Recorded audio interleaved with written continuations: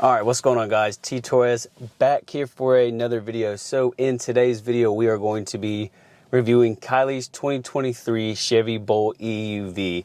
And I'm trying out some new wireless Rode mics. So hopefully you'll see the mic sitting here on my vest. And hopefully the audio sounds a lot better and a lot clearer. I just wanted to change up some things on the channel, change up the audio quality, the video quality, etc. So let's get into the meat and potatoes of today's video. So, like I mentioned, we are in a 2023 Chevy Bolt EUV Premier model, black with the Super Cruise. Okay, we have the, as you can see here, we have the Super Cruise, we have the camera that looks at you, and then we have the premium sun and sound package. And then, as you can see, let me go ahead and open this. We have the sunroof here. As you can see, it is opening now. So those are one of the two packages that we elected to have. So this is kind of this is going to be kind of like a rough, not a very thorough or in-depth, but kind of informative video for the Chevy Bolt EUV. We're sitting at right about 3,400 miles on the car. We've taken several road trips. Let's get out here into the sun so I can show you what we have right here. All right, so I'm gonna do a quick little walk around on the car. So with the Premier model, you get the bigger wheels. You get a little bit more fancier stuff. I don't remember if just the regular EV models have the blacked out bow ties, but here you go. You have it. Charging port is there on the front. Another blacked out Chevy bow tie. And then if you open the car, you can see we have the white, or the ash gray and white interior. We have the aftermarket Chevy all-weather floor mats. And then here is a look at the back seat. Along with the back seat, you have one USB and one USB-C charger. Okay. And the rear seats are heated as well. And then I'll give you a look at your cargo space. Here is your cargo space in the back. Some additional storage you have here. We normally, if we go on road trips, we put our 120 plug and charger in here. This is just a dog cover for the mat. And then the seats fold all the way down. So let's go inside to where some of the goodies are. Sorry about the car beeping. Okie dokie. All right, so one of the cool features that I like about this car. Let me get this light to work. One of the cool features that I like about this, check this out. You have a rear view mirror camera that Kylie and I absolutely love. All right, so going on to the infotainment in the actual center, or in the dash here, you have your guessometer here. I think the most or the maximum that I've ever seen was about 266 miles. And like I said, it has, adaptive cruise control, lane assist. Here is your Super Cruise button here. I think this is your adaptive cruise control, how many car links you want it to follow. Of course, it has regular cruise control. Then you have a nice big infotainment center here. Very, very, very responsive with touch too. So I do appreciate that. You have also an additional USB-C and a USB plug here with wireless charging. You have sport mode. Okay, as you can see, sport mode on. To me, all that does is just the throttle feels a lot more responsive. And then here you have your traction control, so you can completely turn it off. And then this is your lane keep assist. Nice. I like to call these kind of like drive-by-wire stuff. I don't know if that's the correct term. Park and brake. One pedal driving is amazing. Drive is up, reverse is up. You push to park. So one of the things that I want to talk about is how amazing the one pedal driving is. So let me explain this. So one pedal driving is, normally you drive with gas and brakes. So that'd be two pedals. So with one pedal driving, it allows you to drive with just your right foot. And what I mean with just your right foot is you don't have to touch the brake at all unless you choose to. So whenever you let off of the accelerator pedal, however, how hard or how soft you come off of it, the car starts to regen the battery. So that is a really neat feature that Chevy has put into the all the bolts, I believe.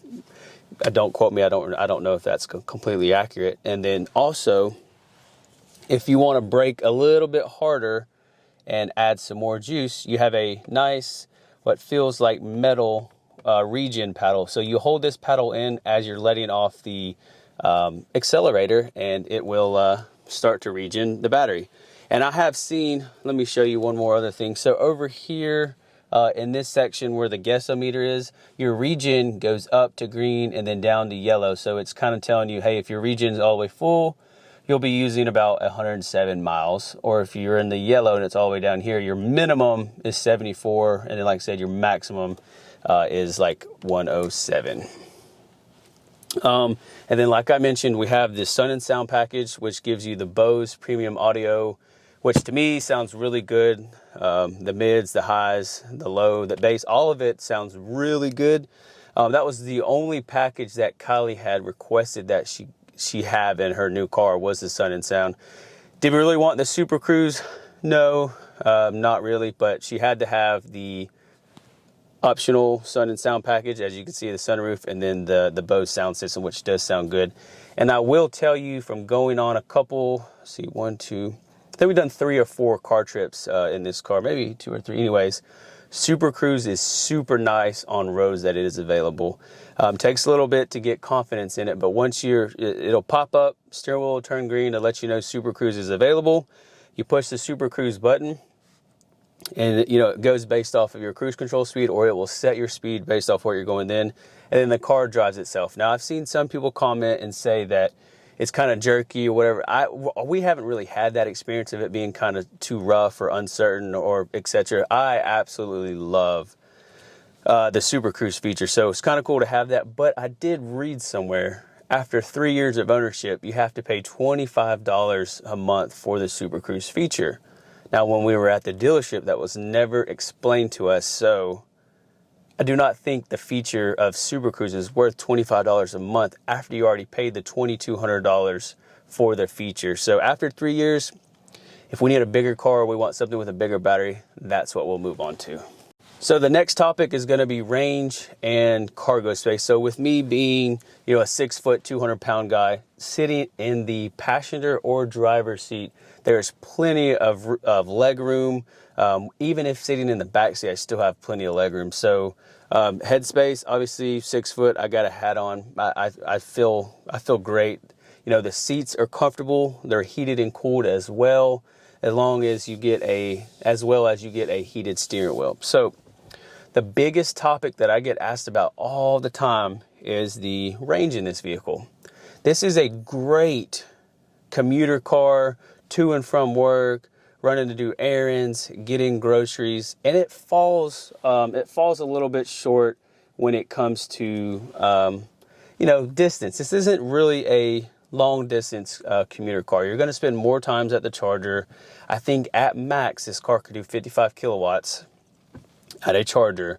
So you're going to spend more time, upwards of 30 to 45 to maybe an hour, depending on what your target range is. If you're at 10% trying to get to 80, it's a little bit slower on the range side, but we've typically been able to average about 230 to 240 miles fully charged on our interstate trips. Now, cruising around town, back and forth to work, getting groceries, errands, doing nuanced things, we have to charge the car probably every week and a half. We like to charge typically around 15 to 20%, sometimes 30. Like I said, we're at 90 miles now, so it is a Sunday. It'll get charged up for the week today, and then, like I said, we'll use it for about a week and a half. So if you're going to be doing a lot of long distance commuting, this probably isn't going to be your best bet car.